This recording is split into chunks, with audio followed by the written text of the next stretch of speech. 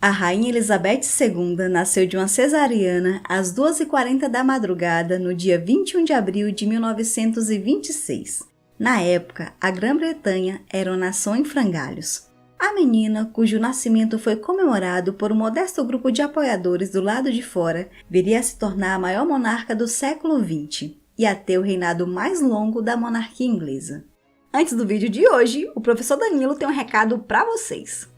Fala pessoal, na terra da rainha o inglês é a língua oficial, e no mundo globalizado de hoje saber falar inglês é essencial. Por isso queremos trazer um parceiro especial para este vídeo. Estou falando do Cambly. O Cambly é uma plataforma de ensino de inglês online que nos proporciona a oportunidade de praticar e testar nossos conhecimentos através de encontros virtuais com professores fluentes no idioma. E é claro que não vou indicar para vocês algo que não uso. Olha só um trecho de uma aula que tive no Cambly. Hello, I'm a teacher history in Brazil. Wonderful. I can see all the books behind you. I make a video about Queen Elizabeth II. In Portuguese for Brazilians and Portuguese Yes. speakers. Portuguese for Brazilians. How did your country look after the Queen death People have a lot of respect for the royal family. and Prince Charles, So now it's King Charles. King Charles? That's right. But he is not so popular amongst people. There's always been a famous person, for example, with his marriage with Princess Diana, that he was not a good person in this marriage. So he's not so popular with some people. You watching The Crown, the Netflix? No, I've seen a few episodes. It's not, the royal family does not really interest me so much. Yeah. Okay. Se você se interessou pela plataforma, a nossa parceria está com descontaço. Na Black Friday do Cambly, os descontos são de 60%. Os planos ficam a partir de R$ 59,00 por mês para 1 hora de aula por semana. Além disso, nessa Black Friday, eles estão com um super lançamento, as aulas de grupo. As aulas de grupo são agendadas, seguem um tema e contam até com 2 outras pessoas. Não perca tempo, é Black Friday, é super desconto, é o menor preço que eles já ofereceram. Faça igual a mim, aprenda e teste seu inglês da maneira mais prática e divertida. Assine o Cambly. Links da promoção na descrição desse vídeo.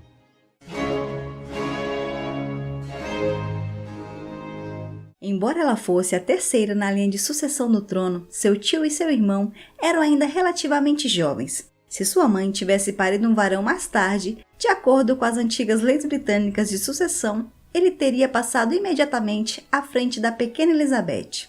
Portanto, não parecia muito provável que essa criança de cabelos dourados um dia reinaria.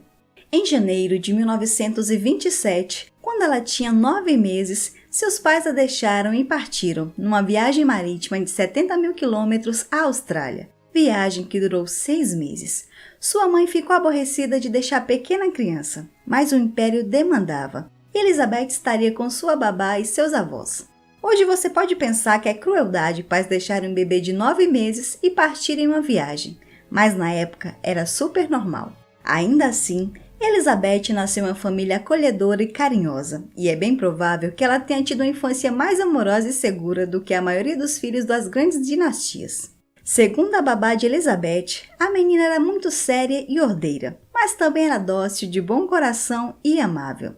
Além disso, ela relata que a rainha teve uma infância muito feliz e muito segura, apoiada pelo espírito alegre de sua mãe, a atenção de seu pai e a companhia de sua irmã.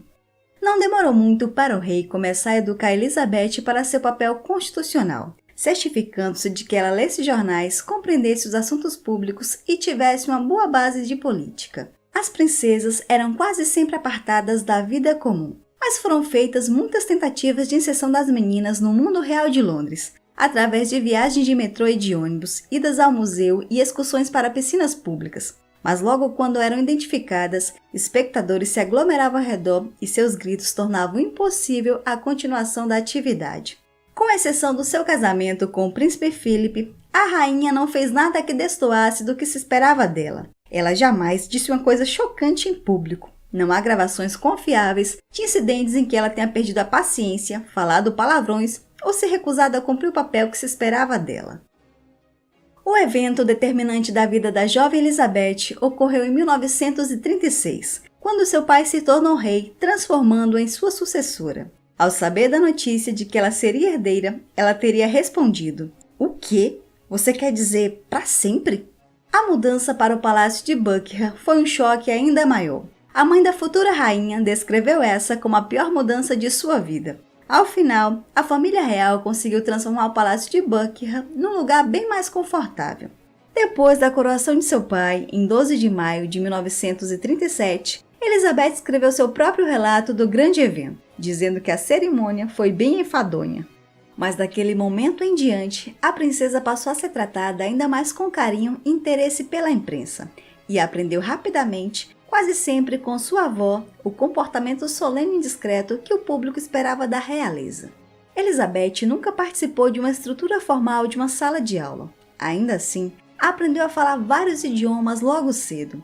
Teve que encarar uma longa jornada escolar, que enfatizava dança, desenho e equitação, bem como francês, matemática e história. No geral, era um currículo perfeitamente respeitável. Ao mesmo tempo, o rei começou a mostrar a Elizabeth a papelada do Estado e a introduzi-la aos poucos às funções que um dia teria de assumir. Não há razões, portanto, para dizer que a educação da rainha não foi boa. Ela apenas foi educada de uma forma diferente. Ela era rápida para dissimular informação e sempre teve um poder de concentração incrível. Desde muito cedo, tornou-se perita em analisar pessoas e desenvolveu uma boa memória para nomes e rostos. Outro momento crucial da juventude de Elizabeth se deu em julho de 1939, quando com seus 13 anos, ela conheceu o príncipe Philip da Grécia, um desinibido cadete de 18 anos. Elizabeth ficou encantada e não tirou os olhos dele por um segundo. Ela começou a se corresponder com o príncipe, que seguiu na guerra servindo a marinha no Mediterrâneo e no Extremo Oriente. No início, ninguém viu o casal com bons olhos. Philip era relativamente pobre e vinha de uma família real destroçada. Mas ele não era um desconhecido da família real britânica. Sua mãe havia nascido no castelo de Windsor e ele era um parente muito distante da princesa Elizabeth, passando por primos e primos até chegar à rainha Vitória e ao príncipe Albert. Os anos de guerra não foram, disse a rainha Elizabeth, um tempo de grandes privações e perigos para ela. Enquanto o rei e a rainha iam e voltavam do Palácio de Buckingham e moravam lá durante a pior época da Blitzkrieg, as princesas viviam no castelo de Windsor, informação essa que era segredo de Estado. E isso fazia muito sentido, porque a família real era o principal alvo dos alemães. Para as princesas, a vida era menos emocionante. O castelo de Windsor tornou-se o futuro lar de Elizabeth II, mas durante a guerra era uma casa parcialmente fortificada e rodeada de sacos de areia, protegida por tropas e armas antiaéreas. Fora dessa proteção, as princesas viram pouco da guerra. Pouco antes do fim da Primeira Guerra, Elizabeth juntou-se ao Serviço Territorial Auxiliar, quando teve aulas de mecânica de carros e caminhões e de direção, bem como treinamento militar. Em termos práticos, sua contribuição para a guerra foi mais uma exibição do que uma prática. Uma bela e jovem princesa em uniforme militar, manuseando uma chave inglesa, era uma ótima propaganda. Quando o dia da vitória finalmente chegou, Elizabeth e sua irmã receberam permissão de seu pai para se misturar ao povo reunido do lado de fora do Palácio de Buckingham. No dia seguinte, ela e a família foram visitar as áreas mais afetadas de Londres. Após a guerra, o ambiente social que seus pais haviam conhecido se esvaiu. Os Windsor, naquele momento, eram uma sumidade social sem rios de dinheiro e glamour.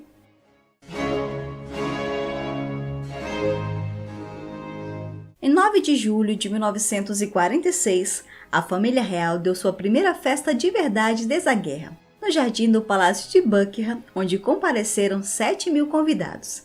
Entre eles estava o príncipe Philip, que voltava do serviço militar no Extremo Oriente alguns meses antes.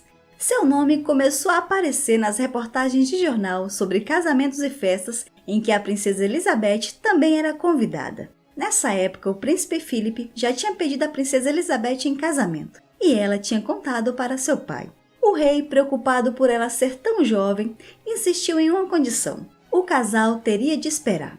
Os negócios do império tinham prioridade e a família real tinha que visitar a África do Sul. Essa visita longa e demorada seria parte do treinamento da princesa para a vida que teria depois. E como a viagem duraria meses, seria tempo suficiente para ela refletir se estava certa de que queria realmente se casar. Passados 18 meses, Philip fez um novo pedido em Balmoral. Ela aceitou imediatamente. E então começou a tentar convencer seu pai, mas não agradou a todos. A implicância da corte contra uma união com Philip concentrava-se em seus parentes alemães, que lutaram na guerra ao lado dos nazistas. Depois de um tempo convivendo com o pretendente a genro, George VI passou a aceitar a ideia. Assim, oficializou-se o noivado do casal. O anúncio veio no dia 10 de julho de 1947. O público recebeu com entusiasmo a notícia. O príncipe se tornou uma figura pública. O casamento deveria ser uma cerimônia sóbria e sem muito luxo, pois a Inglaterra estava em uma crise financeira das brabas. Mas muitos questionavam de que adiantava ter uma monarquia se um casamento real não entregasse um espetáculo. O rei então concordou em abrir metade de suas economias do tempo de guerra. Enquanto isso, o casal tinha cerca de 2/3 do que desejava. Até aquele momento, não se tinha uma tradição de fazer casamentos reais luxuosos. Mas os tempos estavam mudando. Depois de uma guerra e no meio de uma crise financeira, a população queria pompa e circunstância. O evento seria transmitido pela rádio e seria gravado um documentário para passar no cinema. A princesa era vista como um símbolo nacional de juventude, renascimento e esperança, e o casamento foi a celebração de uma nova era.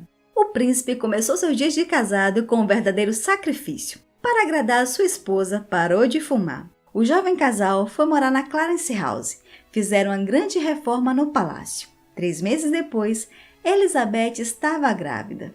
Foi por essa época, no final dos anos de 1940 em diante, que a ligação do príncipe Philip com artistas, atores, fotógrafos, aristocratas e alguns fanfarrões de reputação questionável começou a gerar comentários.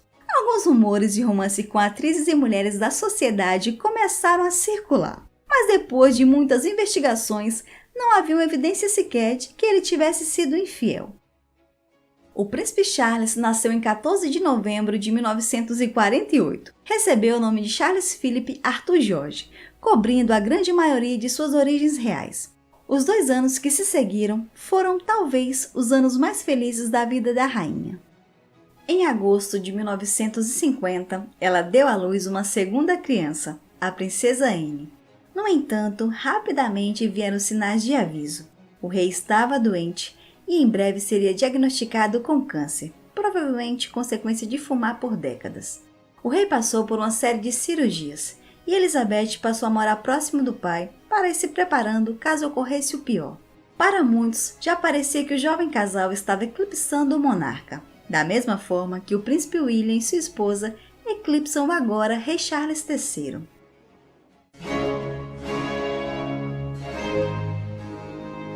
Como o rei Jorge não estava bem de saúde para realizar uma viagem para a África Oriental, o jovem casal partiu em seu lugar em 31 de janeiro de 1952. Pouco tempo depois, em 6 de fevereiro, o rei morreu em Londres. Ele contava apenas com 56 anos. Elizabeth recebeu a notícia pelo marido em suas férias no Quênia. Típica representante da geração estoica, não deu nenhum sinal imediato de sua preocupação.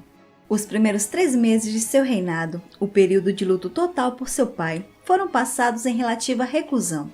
Mas no verão, depois que ela se mudou da Clarence House para o Palácio de Buckingham, ela assumiu os deveres de rotina do soberano e realizou sua primeira abertura estadual do parlamento, em 4 de novembro de 1952. Sua coroação foi realizada na Abadia de Westminster em 2 de junho de 1952.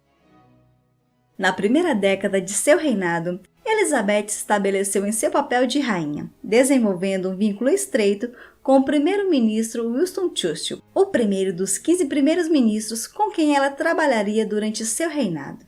A partir de novembro de 1953, a rainha e o duque de Edimburgo fizeram uma turnê mundial de 6 meses pela Commonwealth, que incluiu a Austrália e a Nova Zelândia. Em 1957, após visitas de Estado a várias nações europeias, ela e o duque visitaram o Canadá e os Estados Unidos. Em 1961, ela fez a primeira viagem real britânica ao subcontinente indiano em 50 anos e também foi a primeira monarca britânica reinante a visitar a América do Sul em 1968 e os países do Golfo Pérsico em 1979.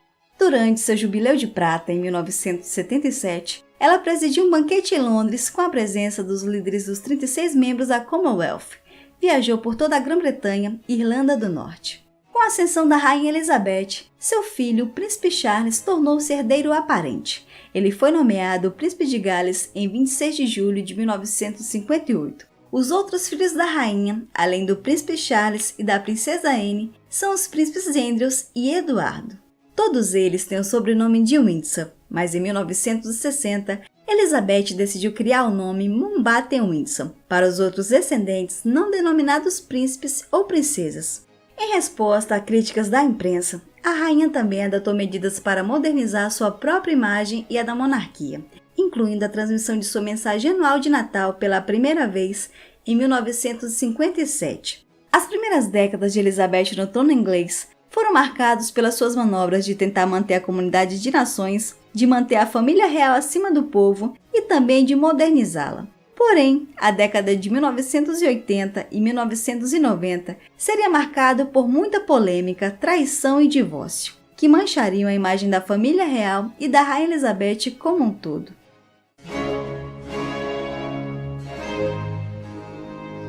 Em 1881, todos os olhos estavam voltados para a família real quando o príncipe Charles se casou com Lady Diana Spencer na Catedral de St. Paul, em Londres.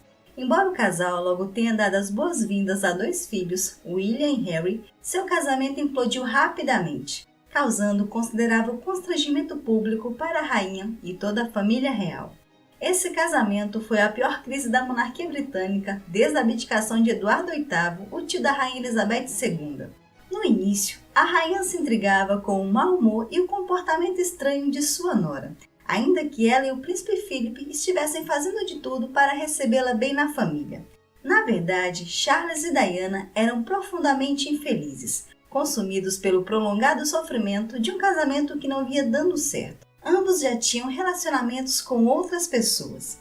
Rumores e ecos do problema começaram a vir à tona, mas permaneceram discretos o suficiente para que a rainha e o duque não percebessem o que estava acontecendo. Em março de 1992, veio o anúncio formal de que eles se separariam. O mês seguinte trouxe o anúncio de que a princesa Anne, a mais reservada dos filhos da rainha, e seu marido Mark Phillips se divorciariam. Tudo isso já era ruim o suficiente, mas o verdadeiro incêndio irrompeu com a publicação, em 2 de junho de 1992, do livro de Andrew Morton, Diana, Sua Verdadeira História. O livro mudou tudo, e como Diana tinha colaborado com o escritor, isso destroçou todos os antigos códigos de privacidade da família real. Entre os funcionários do Palácio, 1992, é lembrado como o pior momento da história da monarquia moderna. Pior ainda do que os dias muito difíceis que se seguiram à morte da princesa Diana em 1997. Além disso, o Annus Horribilis, apelido para o ano de 1992, ano que marcava os 40 anos de reinado de Elizabeth, ficou marcado pelas separações de Charles e Diana, do príncipe Andrew e sua esposa Sarah Ferguson e da princesa Anne e de seu marido Mark Phillips. Para piorar tudo, um incêndio eclodiu no castelo de Windsor naquele mesmo ano, e em meio a protestos públicos sobre o uso de fundos do governo para restaurar a residência real, a Rainha Elizabeth concordou em pagar impostos sobre sua renda privada. Na época, sua fortuna pessoal era estimada em 11,7 bilhões de dólares. Em outra medida de modernização, ela também concordou em abrir as salas de estado do Palácio de Buckingham ao público, por uma taxa de admissão quando ela não estivesse em residência. Foi um enorme sucesso que atraiu cerca de 400 mil pessoas em um ano e tornou necessária a criação de novas instalações e de uma galeria de arte mais bem organizada. Voltando ao assunto da biografia autorizada por Diana, Charles decidiu rebater as declarações da princesa, autorizando uma biografia escrita por seu amigo Jonathan Dimbleby, o radialista. No livro, ele fez revelações sobre sua infância, a dura relação com seu pai e seu caso com Camilla Parker. O efeito foi devastador. O livro causou ainda mais danos ao revelar em detalhes perniciosos seus pensamentos sobre o porquê da falha de seus pais em sua educação, discutidos em parágrafos que beiravam a crueldade. Mais uma vez, a cortina da monarquia tinha sido escancarada, mas desta vez por um futuro rei. A batalha do divórcio se arrastou e todo tipo de acusação iam parar nos tabloides. Logicamente, respingavam na rainha. Na entrevista polêmica para a BBC britânica, Diana lançou dúvidas quanto à competência da rainha para se relacionar com seu povo e sugeriu que o príncipe Charles talvez não fosse capaz de se adaptar ao posto de rei. A entrevista foi entendida como um desafio direto à rainha. Por fim, Elizabeth decidiu que as coisas tinham ido longe demais e que Charles e Diana deveriam se divorciar. Ela conversou com John Major e com o arcebispo de Canterbury. A princípio, Diana recusou o divórcio, mas logo em seguida passou a fazer exigências. A rainha aceitou algumas delas, mas retirou o título de Sua Alteza Real da princesa. Mas apesar de uma série de choques devastadores, a casa de Windsor tinha conseguido sobreviver. Então veio algo pior. Depois que Charles e Diana se divorciaram em 1996, Diana permaneceu incrivelmente popular entre o público britânico e internacional. Sua morte trágica no ano seguinte desencadeou uma tremenda onda de choque e tristeza, bem como indignação com a família real. No entanto, as teorias de conspiração sobre a morte da princesa refletem duas realidades. A primeira é de que ela era muito amada por milhões de pessoas, muitas das quais estiveram ao seu lado na guerra midiática contra os Windsor. A segunda é de que sua morte pôs fim a um problema iminente para a monarquia britânica. Se Diana não tivesse morrido, é bem provável que sua estrela se desbotasse aos poucos. Quando a princesa morreu, a rainha estava em balmoral com seu marido e netos durante os primeiros dias. Como de costume, tinham levado as crianças à missa de domingo e todo o núcleo da família real se reuniu para ajudar. Elizabeth decidiu ignorar as demandas instigadas pela mídia para que ela viajasse para Londres e participasse de uma espécie de vigília. Em vez disso, ela se concentrou nos netos. Ela abraçou com entusiasmo seu papel de avó. Enquanto isso, em Londres, o povo exigiu o retorno de sua rainha. Foi quando o primeiro-ministro Tony Blair ficou assustado com o levante do povo e passou a intermediar com a rainha a sua volta para Londres. A rainha providenciou um voo para trazer Diana e conversou com os Spencers para a realização de um funeral de estado. Depois de alguns dias, a rainha retornou para Londres. Seu discurso na véspera do funeral de Diana foi discreto, mas ela tentou explicar seus sentimentos de uma maneira que nunca fizera antes. Terminou o discurso com um apelo de unidade sob a coroa. O funeral de Diana era uma chance de mostrar ao mundo inteiro a nação britânica unida na dor e no respeito. O funeral foi assistido por 30 milhões de pessoas na Grã-Bretanha.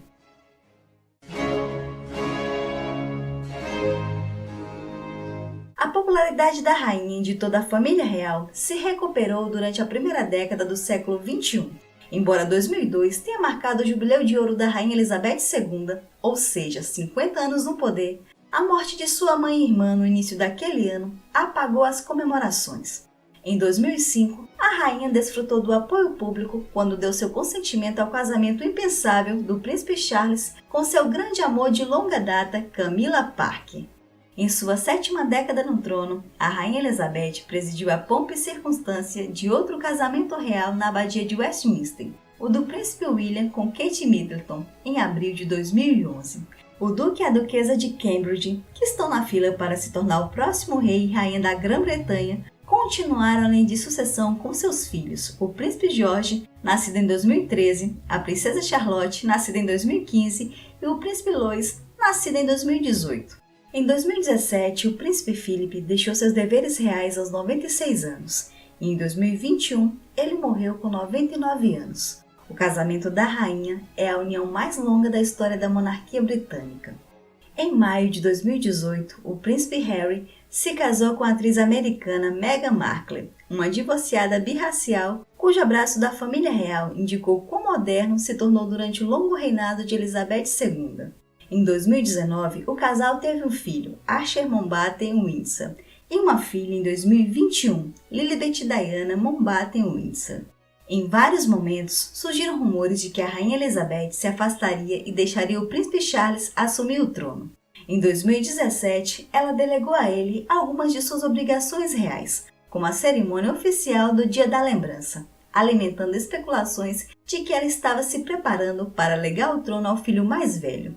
Mas em vez disso, ela permaneceu uma presença consistente e estável à frente da família reinante da Grã-Bretanha até sua morte pacífica em setembro de 2022, em sua amada residência de campo, o Castelo de Balmoral.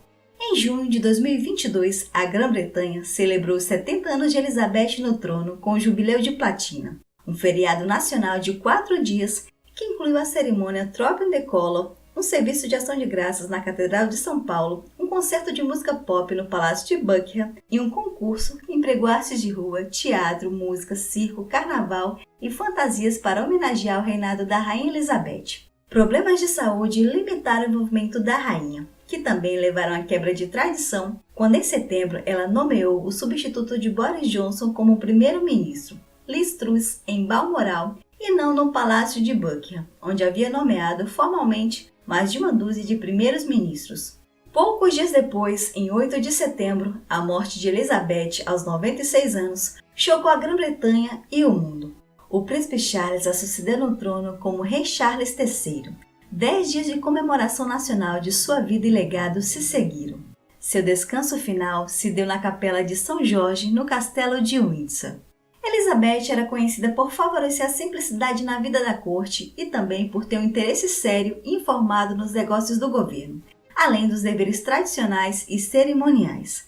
Particularmente, ela se tornou uma amazona perspicaz. Ela mantinha cavalos de corrida, participava de corridas com frequência. Suas participações financeiras e de propriedade fizeram dela uma das mulheres mais ricas do mundo. Olá, eu sou a professora Zilmar. Então, gostou do vídeo? Se sim, não esqueça de deixar seu like, compartilhar com seus amigos e comentar no vídeo abaixo. Até o próximo! Tchau!